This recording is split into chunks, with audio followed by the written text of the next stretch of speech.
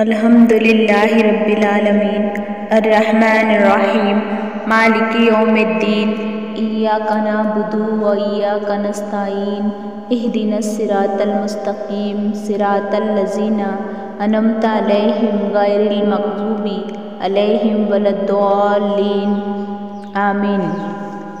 سب تعریف خدا ہی کو سزاوار ہے جو تمام مخلوقات کا پروردگار ہے، بڑا مہربان، نہایت رحم والا، انصاف کے دن کا حاکم۔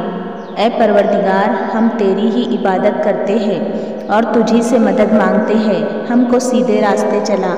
ان لوگوں کے جن پر تو اپنا فضل و کرم کرتا رہا، اور نہ ان کے جن پر تو غصہ ہوتا رہا، اور نہ گمراہوں کے۔ صدق اللہ العظیم۔ السلام علیکم رحمۃ اللہ وبرکاتہ۔ دیکھیے، میں نے ابھی آپ کے سامنے سورہ فاتحہ پڑھی ہوں اور اس کا ترجمہ پڑھی ہوں۔ سورہ فاتحہ قرآن مجید کی پہلی سورت ہے اور یہ مکی سورت ہے، یعنی مکہ میں نازل ہوئی۔ دیکھیے، سورتیں جو ہے تو دو طرح کی ہے، ایک مکی اور ایک مدنی۔ جو مکہ میں نازل ہوئی اسے مکی کہتے ہیں، اور جو مدینہ میں نازل ہوئی اسے مدنی کہتے ہیں۔ اور سورہ فاتحہ کے معنی ہوتے ہیں ابتدا کرنے والی۔ یہ قرآن مجید کے شروع میں آئی ہے، اس لیے اسے الفاتحہ کہتے ہیں۔ گویا یہ قرآن مجید کا دیباچہ ہے، اور اس کا نام آپ صلی اللہ علیہ وسلم نے خود تجویز کیا ہے، اور اس کے اور بھی کئی نام ہیں، جیسے سورہ فاتحہ، فاتحۃ الکتاب، ام القرآن، سورۃ الکنز، کافیہ، وافیہ، شفیہ وغیرہ وغیرہ۔ ان سب ناموں سے اس کی فضیلت ظاہر ہوتی ہے۔ اس سورت کی اہمیت اس بات سے بھی ظاہر ہے کہ یہ سورت نماز میں بار بار پڑھی جاتی ہے۔ الفاظ کے اعتبار سے یہ بہت مختصر ہے، لیکن مضامین اور معنی کے لحاظ سے گویا دریا کوزے میں بند ہے۔ یعنی سورہ فاتحہ میں قرآن کی تعلیمات کا خلاصہ بیان کیا گیا ہے، یا یوں کہیے کہ قرآن کریم میں 3 مضمون بیان کیے گئے ہیں۔ پہلا یہ کہ زمین و آسمان اور ہر چیز کا پیدا کرنے والا اللہ ہے، اس کا کوئی شریک نہیں، وہ واحد ہے اور تمام چیزوں کی نگہبانی اور پرورش کرتا ہے۔ دوسرا یہ کہ ہر انسان اپنے کاموں کا خود ذمہ دار ہے، اور قیامت کے روز تمام لوگوں کو اللہ کے دربار میں حاضر ہونا ہے، جہاں کاموں کی جانچ پڑتال کی جائے گی اور انہی کے مطابق سزا اور جزا دی جائے گی۔ تیسرا مضمون یہ ہے کہ دنیا کے ہر ملک اور ہر قوم میں اللہ کی طرف سے رسول بھیجے گئے، جو لوگوں کو سیدھی اور غلط راہ میں فرق بتاتے رہے اور نیکی کی ہدایت کرتے رہے۔ تو دیکھیے، قرآن مجید کے یہ تینوں مضامین سورہ فاتحہ میں چند جملوں میں بیان کیے گئے ہیں۔ جناب آبی سعود بن معلیٰ سے روایت ہے کہ حضرت محمد صلی اللہ علیہ وسلم نے مجھ سے فرمایا کہ میں تمہیں مسجد سے باہر جانے سے پہلے قرآن کی ایک اہم سورت بتاؤں گا۔ آپ صلی اللہ علیہ وسلم میرا ہاتھ پکڑ کر چلے، پھر آپ صلی اللہ علیہ وسلم نے فرمایا کہ وہ سورت الحمد ہے، جس کی 7 آیتیں ہیں، اور وہ بہت بڑا ورد ہے جو صرف مجھی کو عطا کیا گیا ہے۔ سبحان اللہ۔ دیکھیے، جناب عبداللہ بن عباس سے بھی روایت ہے کہ حضرت صلی اللہ علیہ وسلم کے پاس جبرائیل حاضر ہوئے تھے کہ ایک فرشتہ آسمان سے نازل ہوا اور کہا کہ یا رسول اللہ، مزدہ ہو کہ آپ صلی اللہ علیہ وسلم کو خدا نے 2 نور عطا کیے ہیں جو آپ سے پہلے کسی نبی کو نہیں ملے، ایک سورہ فاتحہ اور دوسرا سورہ بقرہ۔ سبحان اللہ۔ دیکھا آپ نے کہ یہ سورت کس قدر فضیلت والی ہے، گویا سارے قرآن کا خلاصہ اس میں ہے۔ اس سورت میں اللہ تعالیٰ کی پہچان کرائی گئی اور بتایا گیا ہے کہ حمد و ثنا در حقیقت اللہ ہی کے لیے ہے۔ اگر کوئی حاکم انصاف کرتا ہے تو اس کے معنی یہ ہے کہ اللہ نے صفت عدل اس کے اندر رکھ دی ہے۔ کسی کے ہاتھ میں اگر شفا ہے تو اس کی حقیقت یہ ہے کہ اللہ نے اسے یہ کمال عطا کر دیا ہے۔ کوئی حسین و خوبصورت ہے یا کسی کی عادت پاکیزہ ہے تو اس کے لیے بھی یہ صفت و ستائش کے اصلی حقدار اللہ تعالیٰ کی ذات ہے، کیونکہ یہ اسی کا عطیہ ہے، اللہ ہی نے اسے عطا کیا ہے اور اللہ ہی نے اسے دیا ہے۔ دیکھیے، پہلے ایسا ہوتا تھا کہ ہر قوم خدا کو صرف اپنا خدا سمجھتی تھی، اور خدا کی حیثیت محض قومی خدا کی رہ گئی تھی، مگر قرآن نے ان تمام غلط عقیدوں کو مٹا دیا اور بتایا کہ اسلام کا خدا کسی مخصوص نسل یا کسی مخصوص قوم یا قبیلے کا خدا نہیں ہے، بلکہ اس کائنات کے ہر ذرے اور ہر چیز کا خدا ایک ہی ہے۔ اس صورت میں یہ بھی بتایا گیا ہے کہ رحمان یعنی بہت زیادہ رحم کرنے والا۔ انسان جب دنیا میں آتا ہے تو وہ جسمانی اور روحانی بلاؤں میں گرفتار ہوتا ہے۔ اسے سینکڑوں چیزوں کی ضرورت پڑتی ہے۔ اس دنیا میں مومن و کافر، بھلے برے سب آتے ہیں، سب بستے ہیں، اور اس اللہ نے ہماری ہر حاجت کو پورا کرنے کا سامان کر دیا۔ اپنی رحمت کا سایہ والدین پر ڈالا کہ وہ اولاد سے بے غرض اور دلی محبت کرتے ہیں، اپنی اولاد کو ہر طرح کی آرام پہنچانے اور اللہ پہنچاتے ہیں۔ اللہ کا یہ انعام ہر نیک و بد پر یکساں ہے۔ دیکھیے، ہم انسانوں کی بات تو چھوڑیے، جانوروں کو لیجیے، کتا ہے، بلی ہے، اگر ان کے بچے کو ہم ہاتھ لگائے تو کس قدر ہم پر چڑھتے، کیسے آتے ایک دم چڑھ کر۔ تو یہ اللہ کی رحمت ہے کہ اللہ تعالیٰ نے ہر والدین کے دل میں، انسان ہو جاندار ہو، ہر کسی کے دل میں یہ محبت پیدا کی ہے۔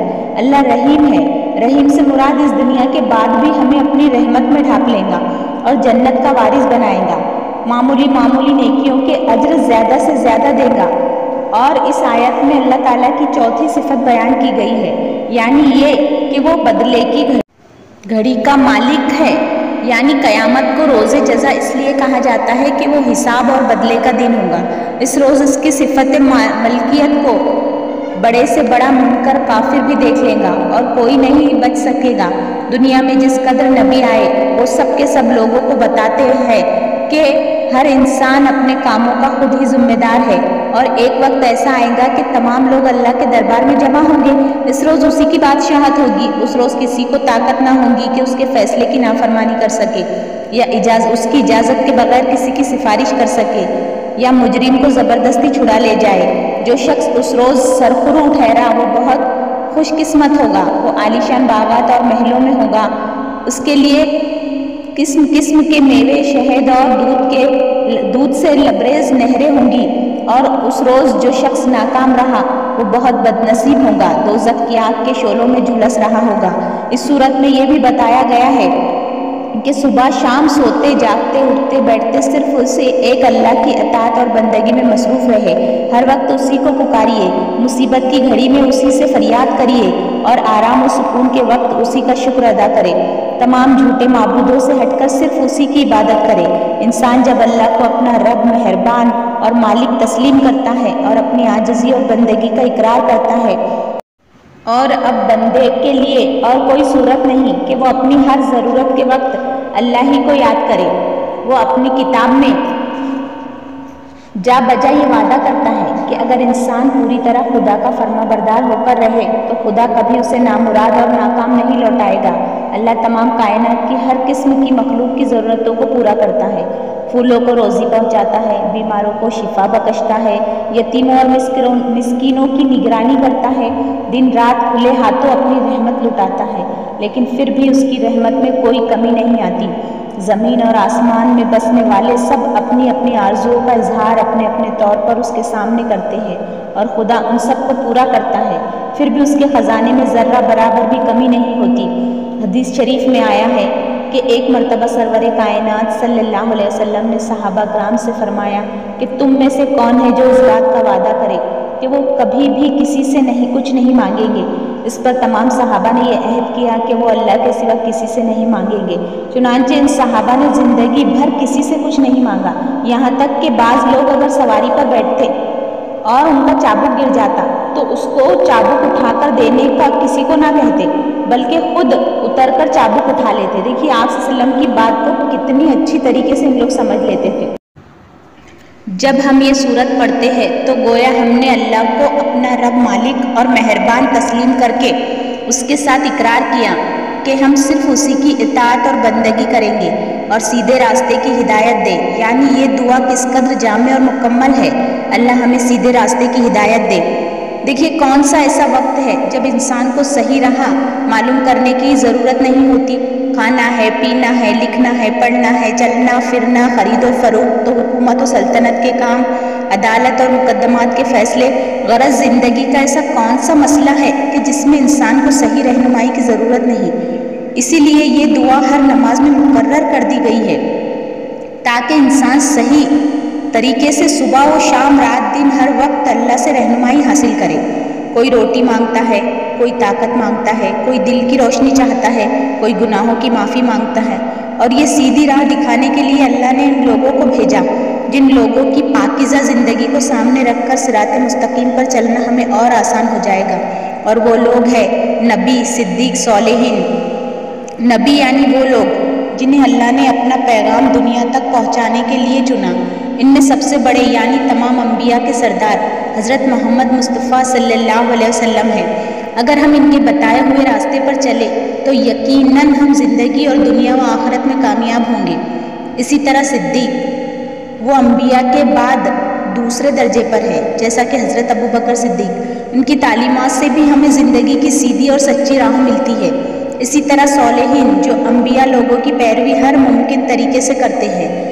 ان تمام لوگوں کے نقش قدم پر اگر ہم چلیں تو یقیناً کامیابی حاصل ہوگی اور ہم ایک کامیاب زندگی بسر کرنے لگیں گے اور گناہوں سے بچیں گے۔ جو لوگ غلط راہ پر پڑ گئے اور ان لوگوں کی نافرمانی کرے یعنی نبیوں کو جھٹلائے، حق کو پہچان لینے کے بعد بھی اس کو مٹانے کی کوشش کرے تو یقیناً اللہ کے غصے اور غضب کا نشانہ بنیں گے۔